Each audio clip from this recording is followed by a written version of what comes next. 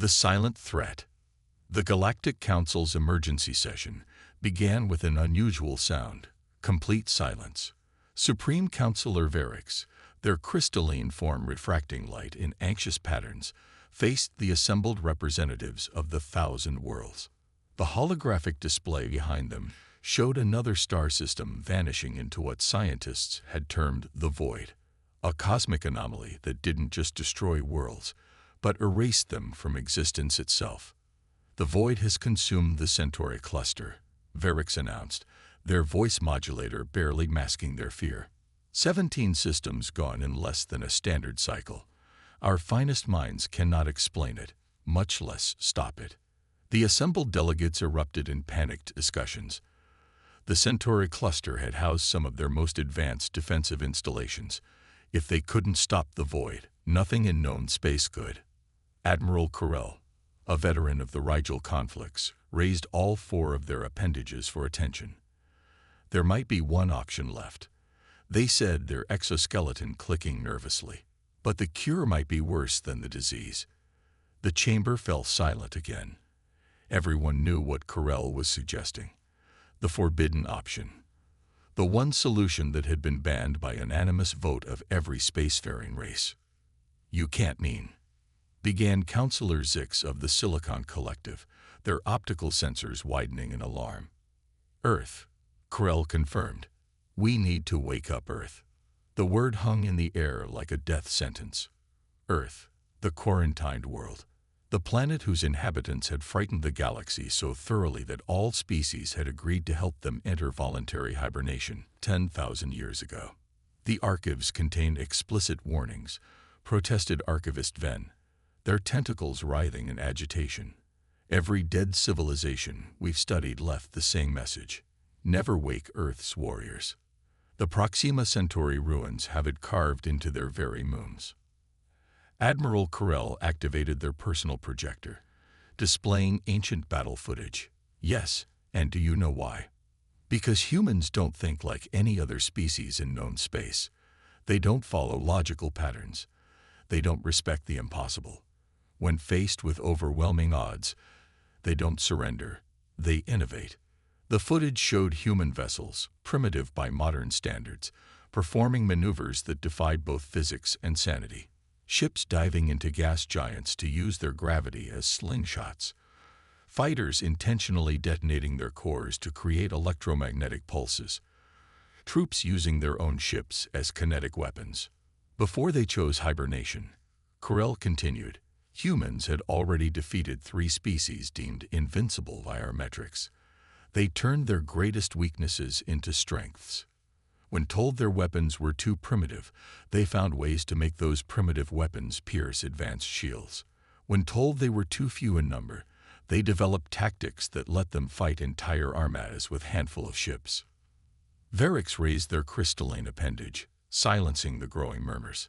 The humans chose hibernation because they recognized their own potential for destruction. They feared what they might become if they continued on their path of constant military innovation. Are we truly desperate enough to wake them? As if in answer, the holographic display showed another star system vanishing into the void. "The humans had a saying," Admiral Corell said softly. "The devil you know is better than the devil you don't."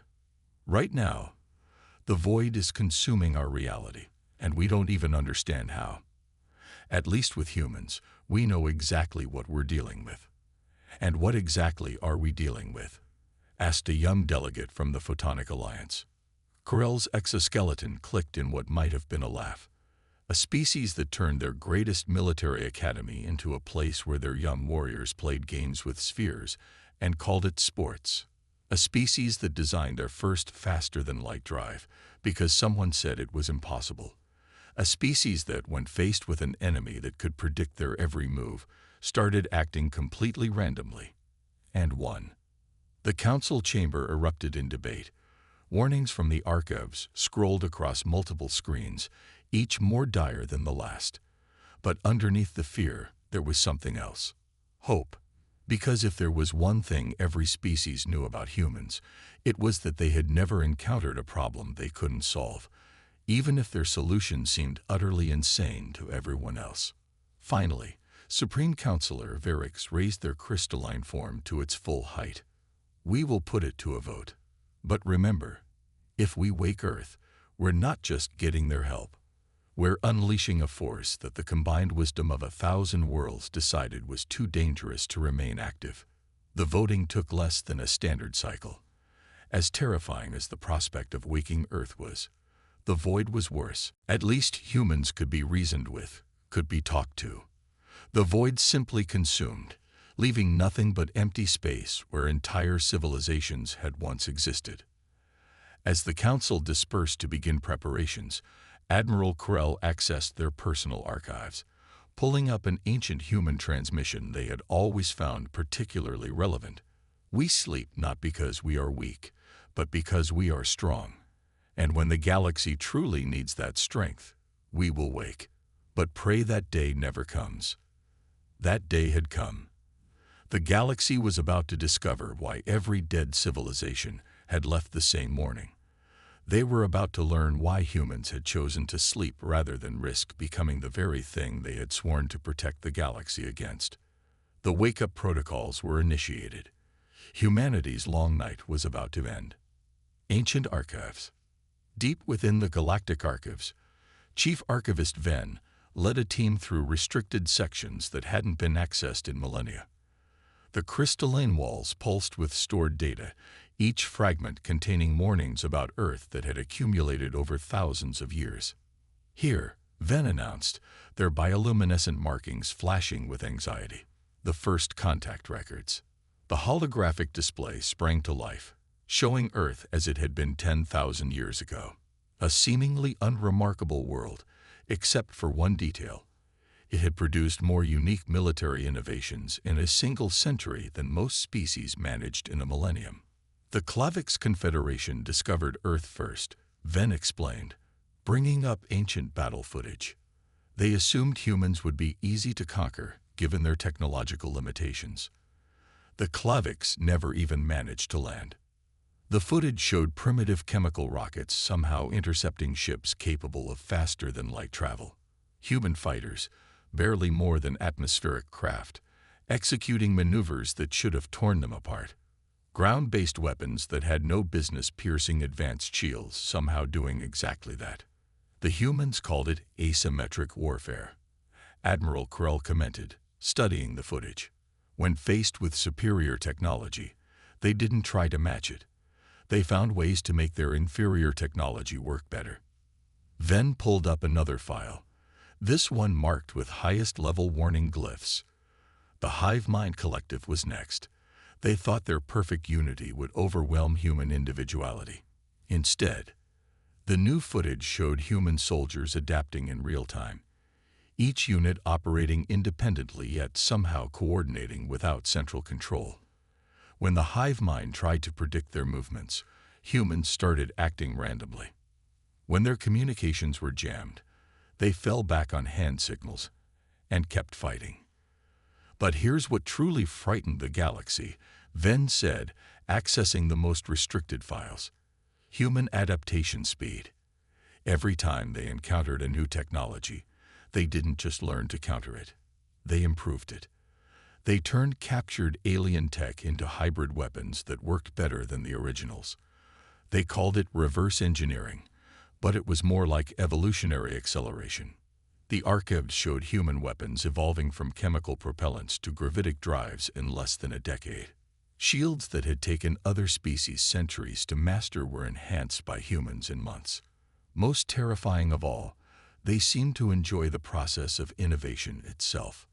They had this concept called brainstorming," Krell added, gathering their smartest minds in a room and encouraging them to suggest impossible things. Most species would dismiss crazy ideas immediately. Humans made lists of them, and then tried to make them work. Ven's tentacles writhed as they accessed the final records, the ones explaining why humans had chosen hibernation. They saw what they were becoming. Every conflict made them stronger, but also pushed them closer to becoming something they feared. They called it the military-industrial complex, the risk of their entire civilization being shaped by constant warfare. The display showed the final human council before their great sleep. Their leaders had gathered in a place called Geneva, discussing what they had learned from their brief but intense period of galactic warfare. "We are too good at this," one human had said. "Every problem we solve militarily makes us more dependent on military solutions. We need time to remember who we are beyond our capacity for warfare." "But they left us fail-safes," Corell noted, pointing to a subsection of the archives, ways to wake them if they were truly needed. They called it the break glass in case of emergency protocol. Venn brought up the latest footage of the void consuming another star system. "I suppose this qualifies as an emergency, but there's something else in these archives, something about human problem-solving that concerns me even more than their military prowess." The display shifted to show hundreds of human entertainment records, what they had called science fiction. Stories of humans facing impossible challenges and finding ways to overcome them. Tales of humanity confronting cosmic horrors and not just surviving, but triumphing. "They didn't just practice warfare," Venn explained, their voice modulator trembling. "They practiced imagination. Every possible scenario, every potential threat. They turned it into entertainment. They spent their leisure time thinking about how to overcome the impossible." Corell's exoskeleton clicked in what might have been appreciation. "So when we wake them up and tell them about an incomprehensible cosmic force eating reality itself, they'll probably think it's exciting," Venn finished. "That's what terrifies me most. Other species would see an impossible problem. Humans will see a challenge." As if to punctuate their point, the archives automatically began playing an ancient human transmission. The sound of drums and guitars filled the chamber as a human voice sang about the eye of the tiger and rising up to the challenge of our rival. "They set their warfare to music," Venn noted incredulously. "They made art about fighting impossible odds." "Then let's hope they see the void as impossible odds," Corell replied. "Because right now, that's exactly what we need. A species crazy enough to fight something that shouldn't be fightable." The wake-up sequence was already beginning. Soon, humanity would open their eyes to a galaxy in crisis, and based on these archives, their first question wouldn't be, "Can this threat be stopped?" It would be, "How do we stop it?" Awakening the sleepers. Earth's hibernation facilities were buried deep beneath what had once been called the Rocky Mountains. As the Galactic delegation descended through layers of security that had remained untouched for millennia, Admiral Corell couldn't help but notice how the humans had designed even their sleep chambers with potential combat in mind. "Every level is a fortress," they observed, exoskeleton clicking thoughtfully. Even in hibernation, they prepared for the possibility of attack. Dr. Sarah Chen was the first to awaken. As the medical team had warned, the revival process was dramatically faster than expected. Another example of humanity's tendency to exceed normal parameters. Her eyes opened, focused, and immediately began assessing her surroundings with military precision. "You're earlier than projected," she said, her voice rough from millennia of disuse. "Which means either something went very wrong, or something went very right." She paused, noting the diverse alien delegation's tense postures. "I'm guessing wrong." Over the next hour, as more humans awakened and gathered in what they called the command center, Corell observed their reactions to news of the void. Where other species had responded with terror or despair, the humans showed something else entirely: intense curiosity mixed with what their vital signs indicated was excitement. "Let me get this straight," General Marcus Rodriguez said, studying the holographic displays of the void's progress. "We got an incomprehensible cosmic force that erases matter from existence, defies known physics, and can't be detected until it's actively consuming a system." "That is correct," Venn confirmed nervously.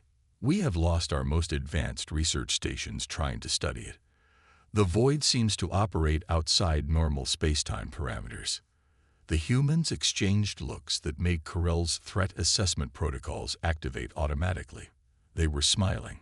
"Dr. Patel," Rodriguez called out to a newly awakened scientist, Remember that theoretical weapons platform you were working on before hibernation. The one everyone said would tear reality apart. The one that got us banned from 3 star systems just for designing it. Patil grinned. The quantum uncertainty manipulator. It never worked properly because we couldn't control the reality distortions it created. But what if we're not trying to control them? Another scientist, Dr. Zhang, jumped in. What if we're trying to create specific types of distortions to disrupt whatever the void is doing? The humans were already clustering around display screens, arguing excitedly about concepts that made the translation matrix stutter. Terms like weaponized probability and tactical paradox deployment filled the air. Hold on, Ven interrupted, tentacles writhing in confusion. You're talking about intentionally destabilizing reality to fight something that's already destabilizing reality. That's fighting fire with fire, Chen finished. Sometimes the best way to stop an out-of-control process is to create an opposing out-of-control process. Krell watched in fascination as the humans organized themselves with practiced efficiency. They hadn't just planned for their eventual awakening. They had planned for having to immediately fight an existential threat. Different teams formed spontaneously, each focusing on specific aspects of the problem. We'll need test sites, Rodriguez declared. Uninhabited systems where we can safely experiment with reality manipulation. Already uninhabited, you mean? Chen corrected. Let's not accidentally erase any populated worlds while we're trying to save them. The humans' approach to the crisis was unlike anything in the Galactic archives. They treated the impossible threat like a puzzle to be solved, breaking it down into smaller challenges. When told something couldn't be done, they immediately started discussing ways to do it anyway. There's something else you should know, Ven said hesitantly. The void. It seems to be intelligent. It adapts to our defensive strategies. Instead of dismay, this news was met with more of those unsettling smiles. Perfect, Chen replied. That means it can learn. And if it can learn, we can teach it something. Teach it what? Corell asked, dreading the answer. To fear humanity, Rodriguez said simply. Every predator in Earth's history learned eventually that humans were not prey. We're going to give this cosmic horror the same lesson. As the humans continued their preparations, Corell understood why the ancient warnings about waking Earth had been so emphatic. It wasn't just their military prowess or technological innovation that made them dangerous. It was their fundamental nature. When faced with impossible threats, they didn't try to survive them. They tried to defeat them. The first human ships were already being awakened from their own hibernation facilities. Ships that had been considered primitive by galactic standards 10,000 years ago, but which had been modified in ways that still puzzled the finest engineering minds in known space. Remember, Chen addressed her fellow humans, we went into hibernation because we were becoming too focused on military solutions. But right now, the galaxy needs exactly that focus. We just have to remember to go back to sleep when we're done. If we survive, Ven pointed out. Oh, we'll survive, Rodriguez said with that distinctly human expression of certainty in the face of impossible odds. We always do. The real question is, will the void? The human factor. The void encountered human resistance for the first time in the Arcturus sector. The Galactic fleet had positioned itself behind the human ships, their sensors struggling to comprehend what they were witnessing. Are they playing music?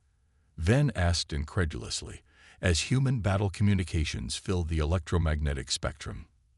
They call it a battle playlist, Corell explained, their exoskeleton vibrating to the rhythm of what the humans had labeled "Welcome to the Jungle." Apparently, it helps them synchronize their actions.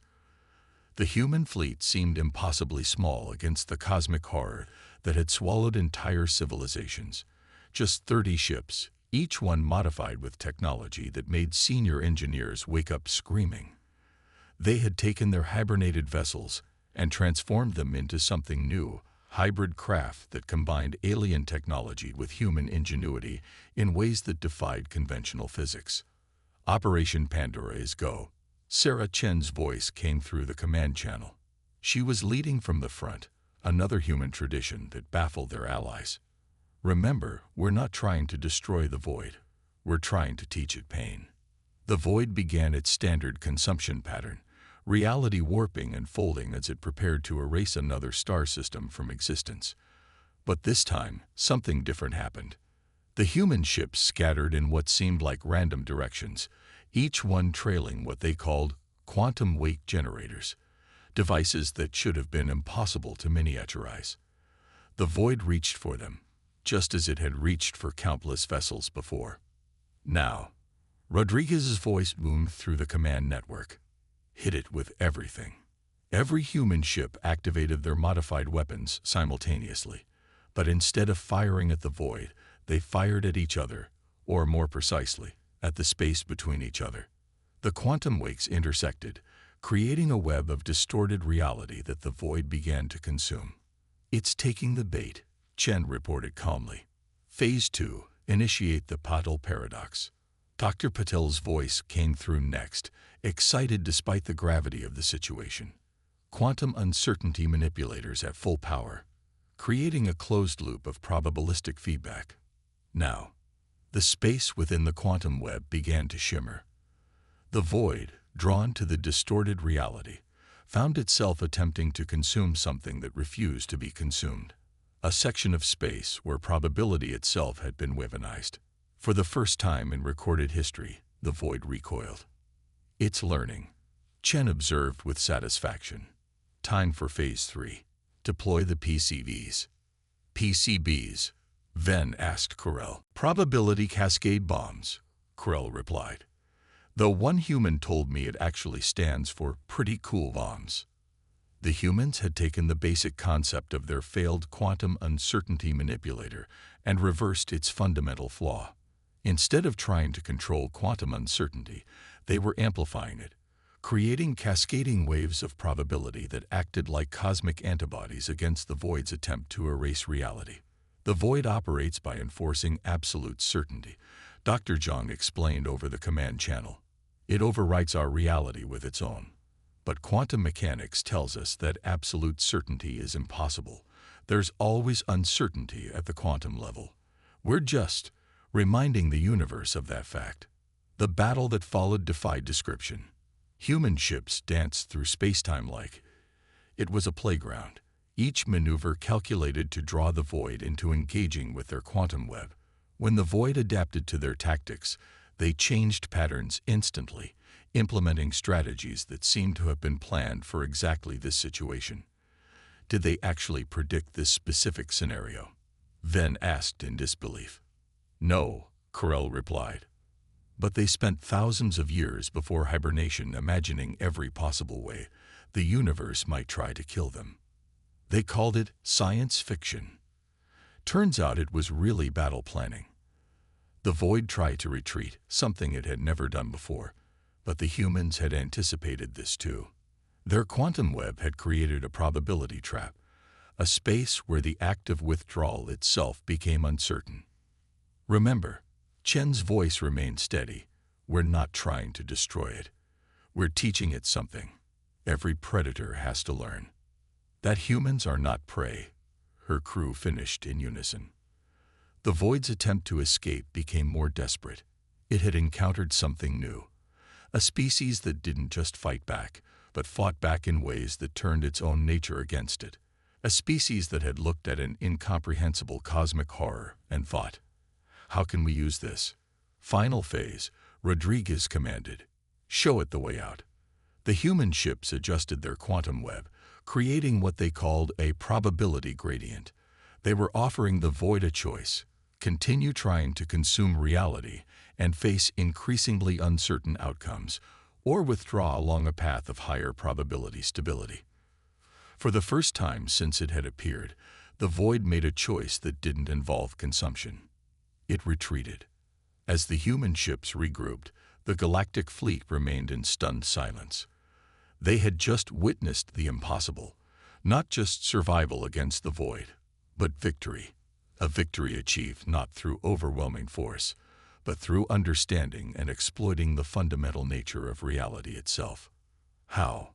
Ven finally asked. How did you know this would work? Chen's response was characteristically human. We didn't, but we figured if reality was being unreasonable, we'd be unreasonable right back at it. Victory's price. 3 months after humanity's first encounter with the void, the Galactic Council convened an emergency session. The massive chamber was packed with representatives from every surviving civilization, all gathered to hear humanity's report on their ultimate solution to the cosmic threat. Sarah Chen stood before them, her uniform bearing the marks of recent combat. Behind her, a holographic display showed the void's last known position, now safely beyond the galaxy's outer rim and continuing to retreat. The good news, she began, is that the void won't be troubling this galaxy again. We've established a quantum defense network that makes our reality unpalatable to it. And the bad news, Supreme Counselor Verix asked, their crystalline form reflecting the tension in the chamber. The bad news is that we had to break several fundamental laws of physics to achieve this victory. Dr. Patel, if you would explain. Dr. Patel stepped forward, looking both proud and slightly embarrassed. In simple terms, we introduced a controlled amount of uncertainty into the fabric of reality. Nothing dangerous, he added quickly, seeing the alarm spread through the council. Just enough to make our galaxy naturally resistant to the kind of absolute certainty the void uses to consume existence. You modified the fundamental nature of reality. Ven's tentacles writhed in disbelief. Only a little, Rodriguez interjected with a shrug. Think of it as installing a cosmic immune system. Reality itself now recognizes and rejects attempts at existence erasure. The council chamber erupted in a chaos of questions and concerns. Corell noticed that while other species were horrified by the implications, the humans seemed almost casual about having altered the basic laws of the universe. This is exactly why we chose hibernation before. Chen continued once the chamber quieted. Our solution to the void proves what we feared about ourselves. When faced with an impossible problem, we'll do the impossible to solve it, regardless of the consequences.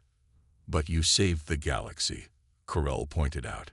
Yes, by weaponizing quantum uncertainty and teaching reality itself new tricks, Chen replied.